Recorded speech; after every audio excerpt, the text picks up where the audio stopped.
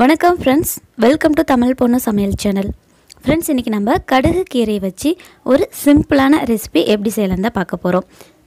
பாருங்கள், கடுகு கீரை எப்படி வளர்ந்துருக்குன்னு. இந்த மாதிரி சின்ன சின்ன இலைகளாக இருக்கும் போதே நம்ம இதை எடுத்துட்டோம் அப்படின்னா தண்டோடு சேர்த்து நம்ம கீரையில் சேர்த்துக்கலாம். இந்த மாதிரி எடுத்துகிட்டு இந்த வேர் மட்டும் பிச்சுட்டு பாருங்கள், இதே கொஞ்சம் தடிமன் ஆகிடுச்சு. இன்னும் ஒரு 2-3 நாளைக்கு முன்னாடியே அதை பிச்சிருக்கணும். இப்படி மேலால் பிச்சுட்டு இதை மட்டும் நம்ம இப்படி வச்சுக்கலாம். ஃப்ரெண்ட்ஸ் பாருங்கள், எல்லா கீரையும் பிச்சுட்டேன். எவ்வளோ ஃப்ரெஷ்ஷான கீரை வந்து நம்ம வீட்டிலே வளர்ந்துருக்குன்னு. கீரையை நம்ம சின்ன சின்ன சைஸாக கட் பண்ணிக்கலாம். அடுப்பில் ஒரு கடாய் வச்சுக்கோங்க. கடாய் சூடானதும் அதில் 2 ஸ்பூன் அளவு எண்ணெய் சேர்த்துக்கோங்க. எண்ணெய் ஹீட் ஆனதும் அதில் கொஞ்சமாக சோம்பு இந்த மாதிரி கையில் நசுக்கி போட்டுருங்க. இப்படி நசுக்கி போடுறதுனால அதோட ஃப்ளேவர் வந்து நல்லாவே கிடைக்கும் நம்மளுக்கு. சோம்பு நல்லா வெடித்து வரும்போது ஒரு அரை பெரிய வெங்காயம் சின்ன சின்னதாக கட் பண்ணதை சேர்த்துக்கோங்க. வெங்காயம் ஓரளவு நல்லா பொன்னிறமாக செவந்து வரணும். இந்த மாதிரி செவந்து வரும்போது இதில் மசாலாத்தூள் சேர்த்துக்கலாம்.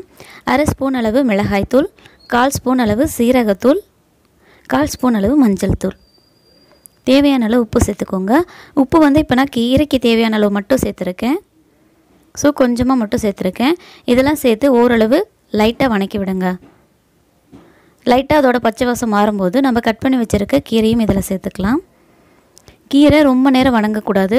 அதனால் ஜஸ்ட்டு போட்டு ஒரு 2 பெரட்டி அடுப்பு ஆஃப் பண்ணிடுங்க. ரொம்ப நேரம் வணங்கினா அதோட பச்சைத்தன்மை போயிடும்.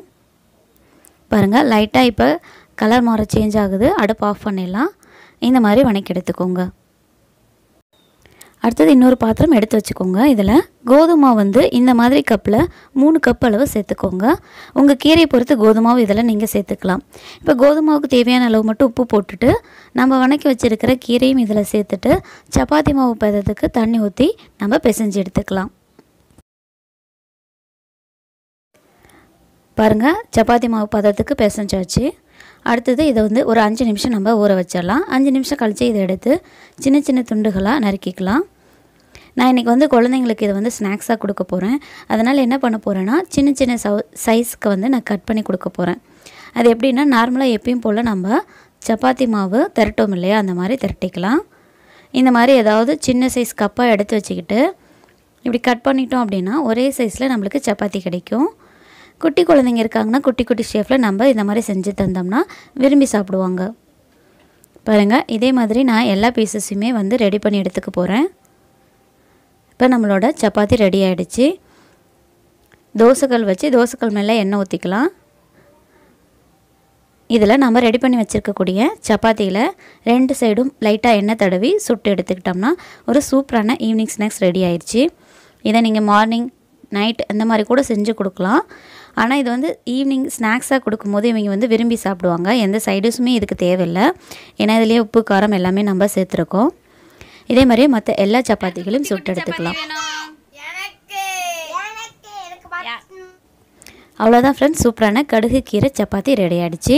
இந்த டிஷ் உங்களுக்கு பிடிச்சிருக்குன்னு நினைக்கிறேன். ட்ரை பண்ணி பாருங்கள், ரொம்ப ஹெல்த்தியானது. பிடிச்சிருக்கு அப்படின்னா மறக்காமல் தமிழ் பொண்ணு சமையல் சேனலை சப்ஸ்கிரைப் பண்ணிக்கோங்க. அடுத்த ஒரு நல்ல ரெசிபியில் உங்களை மீட் பண்ணுறேன். Take care, bye bye, thank you.